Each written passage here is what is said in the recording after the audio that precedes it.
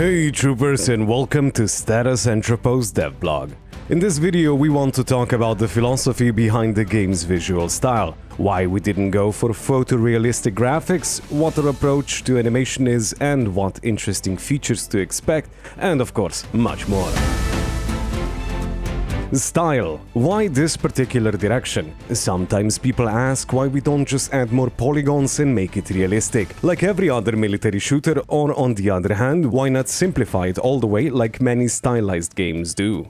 2 years ago, when we firmly decided to start making our own shooter, we had to make a lot of fundamental choices. From what kind of gameplay the game would have, to also what it would look like, how it would be perceived by players, and what impressions it would give to new audiences seeing videos or screenshots for the first time. Realism was discarded from the start. That's a cliché, but also a difficult path that often leads to a dead end. If you play a lot, you've probably noticed that the overwhelming majority of indie tactical shooters look almost identical. Same lighting, similar colors, similar textures, similar models, and that's if they don't use the same exact asset packs, in which case it is almost impossible to be able to tell one game from another. You get a decent average look, but nothing memorable. And even the best realistic graphics don't surprise anyone anymore. Graphics haven't really aged in years. Even a nearly decade-old game like Battlefield 1 still looks amazing, but unique, memorable visual style is something else entirely. Think of BattleBit, Repo, or Due Process. Of course, big studios can create something truly outstanding, but for us and hundreds of other indie developers, without those resources, it makes little sense to even enter the race when our biggest advantage is the small size and independence of the team. Unlike big companies who stick to safe paths, we can experiment, and we know many of you are tired of every shooter looking the same in recent years. On the other hand, we can't overdo the stylization. Status Entropos isn't a goofy shooter for low-end PCs and not a toy world for kids. The visuals have to immediately say what kind of game this is. We need a grounded, convincing, at times heavy and bleak look, not simplification for the sake of it or to chase a casual audience.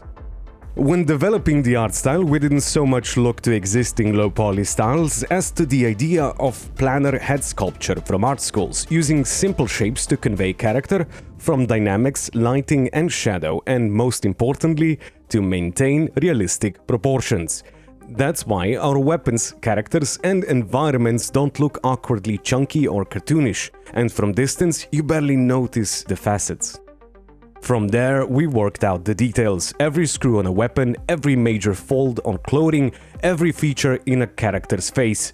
Only geometry is simplified, but the character and personality remain. We also draw inspiration from social realism and brutalism. They're heavy, monumental, even threatening features. Combined with faded colors and PBR textures, these faceted shapes reinforce the harshness of the world and ultimately gameplay of Status Entropos. Developing the style is a huge step early on, since you need to carefully work out the rules for everything visual, from weapons and characters to lighting, textures, typography, and UI. But after that, the game becomes visually unique, recognizable, and authentic. By setting clear stylistic boundaries, we also give ourselves a lot of creative freedom in what we want to show. For example, we can't just use ready-made asset packs, we have to make our own. We even had to design our own font for small text like weapon engravings. Rounded fonts just didn't fit. Oh, and by the way, once the game hits early access, we'll make this font free for everyone. Stylization lets us engage your imagination more easily, without giving everything away. For example, if we depict a gruesome dismemberment scene in rough shapes, we don't have to show every detail.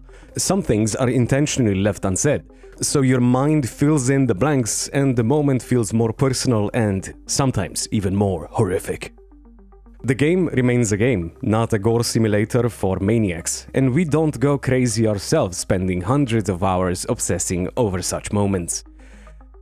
In the future, we want to introduce the so-called entropy system that we recently described. Over time, characters and weapons will get dirtier and more pale. But in longer game modes, where the match can last half an hour, you'll really notice it. You start off the game fairly clean, but by the end you're covered in scratches and grime, and you're really gonna look like you spent time in the trenches. Again, when you have straightforward visual rules, it's much easier to create these kinds of details than if you had to mimic every nuance of photorealistic graphics.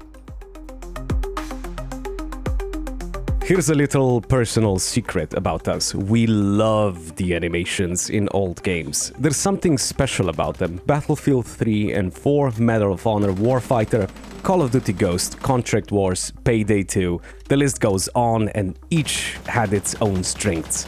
Some were sharp and precise, other theatrical and expressive.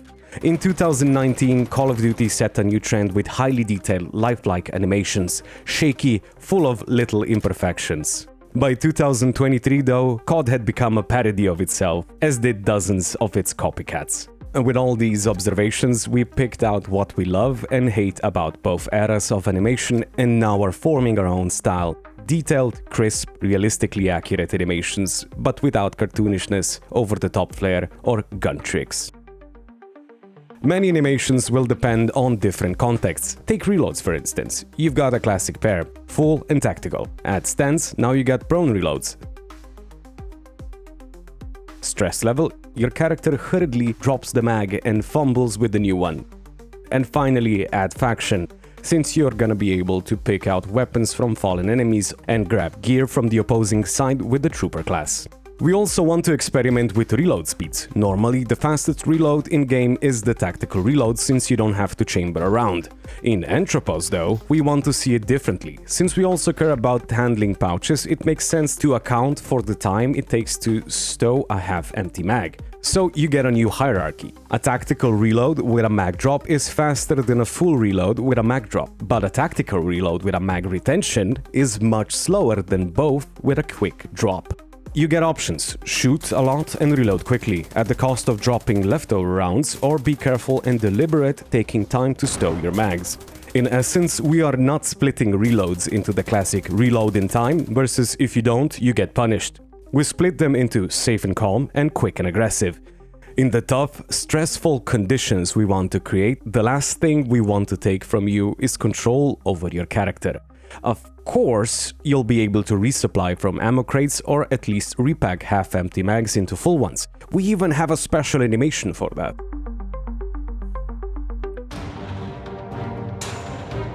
In June, we reworked the character and animation skeleton, creating a whole bunch of handy tools for ourselves, from properly bending fingers with soft fingertip deformations to various rotators and even the ability to roll up sleeves, like in healing animations.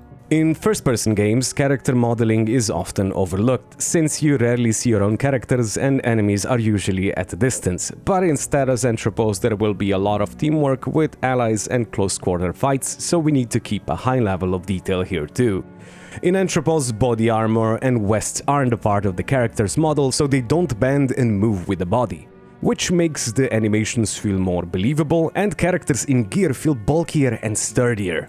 We've properly implemented weight distribution systems like STKSS and equivalents. Also, in the future we plan to bring the philosophy of deep weapon customization, which we wrote about on Patreon, to the character as well. We are working on the foundations for these systems right now. To wrap up, some good news. We finally finished writing the server subsystem, assembled a small internal build and launched it on our own dedicated server. This means we just need to tie the existing mechanics to the new netcode, and in the fall we'll return as planned with the second version of the pre-alpha, this time with online playtests for you. Our team has also completed work on our own fairly robust authorization systems. We're no longer dependent on Steam, which is especially important in light of recent game bans. This month's budget is on your screens. Once again, thank you for your support. You are making this happen, so thank you from the bottom of our hearts. And, of course, thank you for being here with us. See you next month, troopers!